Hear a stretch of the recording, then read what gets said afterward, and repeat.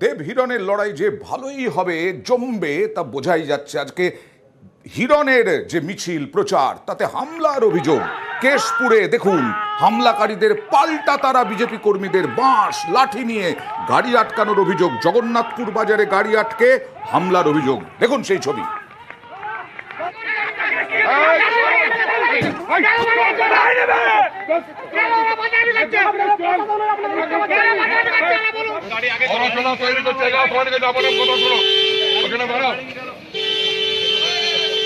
দেবের বিরুদ্ধে ষড়যন্ত্রের অভিযোগ হিরণের। বিজেপির চক্রান্তের অভিযোগ করেন দেব। দলীয় কর্মী খুনে চক্রান্তের অভিযোগ বিজেপির বিরুদ্ধে। খুন করে তৃণমূলকে ফাঁসানোর অভিযোগ করেন দেব। এবার দেবকেই নিশানা করলেন হিরণ। গুন্ডা বাহিনী দীপক অধিকারী পাঠিয়েছে 15 থেকে 20 তারিখের মধ্যে খুন করবে বলেছিল। কালকে খুন করার চেষ্টা করেছিল, শুভেন্দু সামন্তকে পারেনি। আজকে প্রার্থী আছে, আমাকে খুন করার জন্য এসেছিল। আমি গাড়ি থেকে নামতেই ভয়ে দৌড়ে পালিয়েছে। এখানকার আনন্দপুর থানার পুলিশ পুরো চুপচাপ।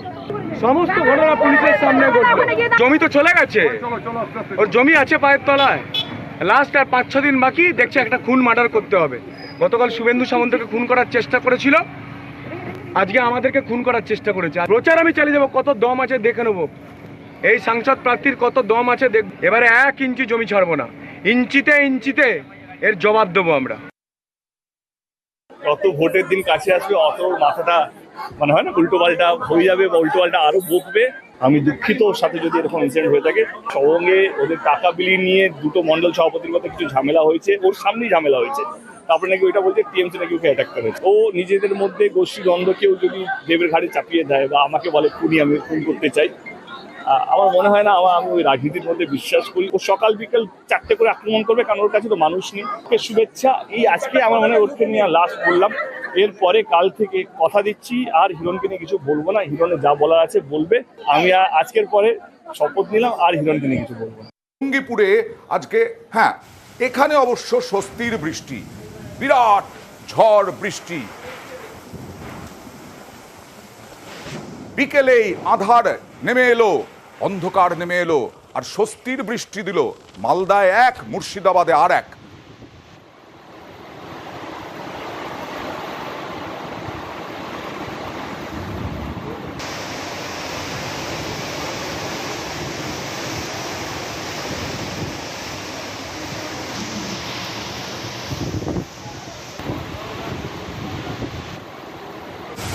জঙ্গিপুরে প্রবল ঝড় বৃষ্টি, বিকেলেই আধার নেমে আসে। নবগ্রামে, বহরমপুরে তুমুল বৃষ্টি। নবগ্রামের দেখুন, নবগ্রামের ছবি দেখুন, বহরমপুরের ছবি দেখুন, নবগ্রামের ছবি দেখুন, বহরমপুরের ছবি দেখুন।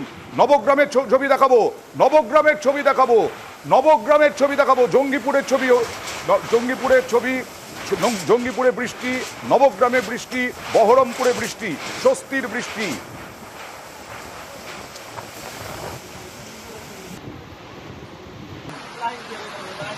দেখুন, নবগ্রামে জল জমে গেছে, এত বৃষ্টি হয়েছে জল পর্যন্ত জমে গেছে। মালদা ছাড়া মুর্শিদাবাদে অন্তত স্বস্তির বৃষ্টি হয়েছে, কিছুটা হলেও আবহাওয়া ঠান্ডা হয়েছে। বহরমপুরও জলমগ্ন, বহরমপুরের ছবি দেখুন, বহরমপুরেও জলমগ্ন, বহরমপুরেও তুমুল বৃষ্টি। সেই বহরমপুর জলমগ্ন, বাইকের চাকা পর্যন্ত ডুবে যাচ্ছে।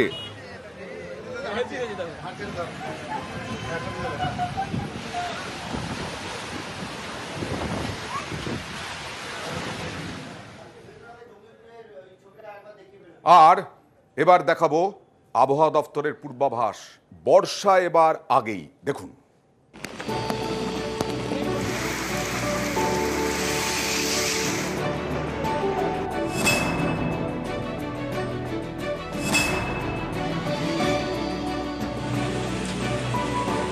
এবার নির্দিষ্ট সময়ের আগেই ভারতে বর্ষার আগমন। গা জ্বালানো গরম, এতে চাষবাসে ক্ষতি। গরমে অনেকদিন পড়ার পরে কয়েকদিন বৃষ্টি,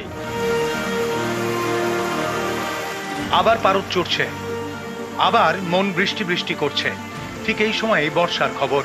আলিপুর আবহাওয়া দপ্তর জানিয়েছে, আন্দামানে সাধারণত বর্ষা ঢুকে 22শে মে, এবার ঢুকবে 3 দিন আগে।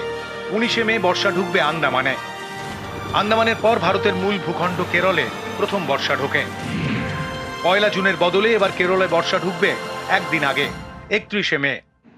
এবারে কেরালাতে মনসুন অনসেট হওয়ার যে সম্ভাবনা সেটা হচ্ছে 31 মে।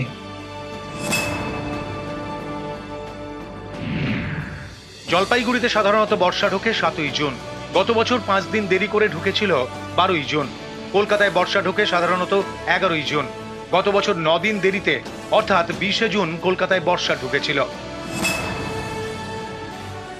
বেঙ্গলে আপনার মনসুন অনসেটটা নর্মালিটি হওয়ার কথা আছে, মানে জুনের ফার্স্ট উইকের শেষের দিকে বা সেকেন্ড উইকের প্রথম দিকে আমাদের বেঙ্গলে মনসুন অনসেট হওয়ার সম্ভাবনা, মনসুনটা অনসেট হতে পারে বলে আমার মনে হয়। আলিপুর আবহাওয়া দপ্তরের পূর্বাভাস, বর্ষা আসার আগে পর্যন্ত দক্ষিণবঙ্গে কখনো চলবে তাপপ্রবাহ, কখনো হবে বৃষ্টি। বিশ্বজিৎ সাহা, নিউজ 18 বাংলা।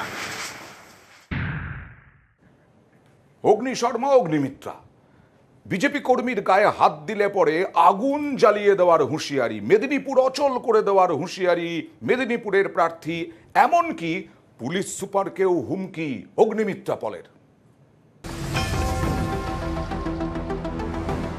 আগে আমার সাথে কথা বলতে হবে, তারপর আপনার গায়ে হাত পড়বে, তারপর দেখছি কে আগুন জ্বালিয়ে রেখে দেবো। আসানসোল দক্ষিণের বিধায়ক অগ্নিমিত্রা পল, এবার তাকেই মেদিনীপুর লোকসভা আসনে প্রার্থী করেছে বিজেপি। বৃহস্পতিবার নারায়ণগড়ের খালিনাতে তিনি প্রচারে যান। সেখানে অগ্নিমিত্রা একেবারে অগ্নি শর্মা। আমি আছি,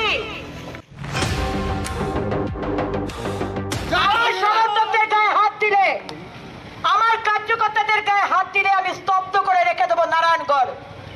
কান খুলে শুনে নি টিএমসির নেতারা যারা আছেন। অভিযোগ, বুধবার বিজেপির এক কর্মীর বাবাকে হেনস্থা করেন স্থানীয় তৃণমূল বুথ সভাপতি সুশান্ত ধল। প্রাণনাশের হুমকিও দেওয়া হয় বলে অভিযোগ। বৃহস্পতিবার অগ্নিমিত্রা প্রচারে গেলে তার কাছে নালিশ জানানোই বিজেপি কর্মীর বাবা। এতেই অগ্নিমিত্রার অগ্নি হুমকি। আগে আমার সাথে কথা বলতে হবে, তারপর আপনার গায়ে হাত পড়বে, তারপর দেখছি কে আগুন জ্বালিয়ে রেখে দেবো। আমি এখান থেকে সাংসদ হচ্ছি, তারপর এই হারমাতগুলোর কি ব্যবস্থা করতে হয় আমার জানা আছে। যদি আঘাত আনে আমার কর্মী আর আমার সমর্থকদের ওপর, নারায়ণগড় আর মেদিনীপুরকে স্তব্ধ করে রেখে দেবো। এসপি দ্বিতীয়বার সরকারকে আমি সতর্ক করে দিতে চাই, আপনি এখানকার এসপি, আপনি পক্ষপাতিত্ব না করে কাজ করুন। প্রতিটি জায়গায় যাচ্ছে, লোকজন তো পাচ্ছে না, যার ফলে অগ্নিমিত্রা পলের মাথা খারাপ হয়ে গেছে। ওর কথায় আমরা কোনো রকম প্ররোচিত হই না এবং আমাদের ছেলেদের প্ররোচিত হতে আমরা দেই না। হতাশাগ্রস্ত হয়ে এই সমস্ত কথাবার্তা বলছি। নিউজ 18 বাংলা। শাসনে শাসন ঘিরে সংঘর্ষ, বকুণ্ডা, পলতাডাঙ্গা, এছাড়াও শাসনবাজার, এই সমস্ত জায়গা আজকে দফায় দফায় উত্তপ্ত হয়ে উঠল। নওশাদ সিদ্দিকীর আজকে স্ট্রিট কর্নার ছিল, তার আগেই দফায় দফায় উত্তেজনা, মারামারি, আর তারপরে তৃণমূলের পার্টি অফিস ভাঙচুরের অভিযোগ আইএসএফ এর বিরুদ্ধে। আবার আইএসএফ এর অভিযোগ অস্বীকার, তৃণমূলের অভিযোগ অস্বীকার, আইএসএফ এর ওপর হামলার অভিযোগ। আইএসএফ এর টিএমসি মারামারিতে জখম 3 থেকে 4 জন।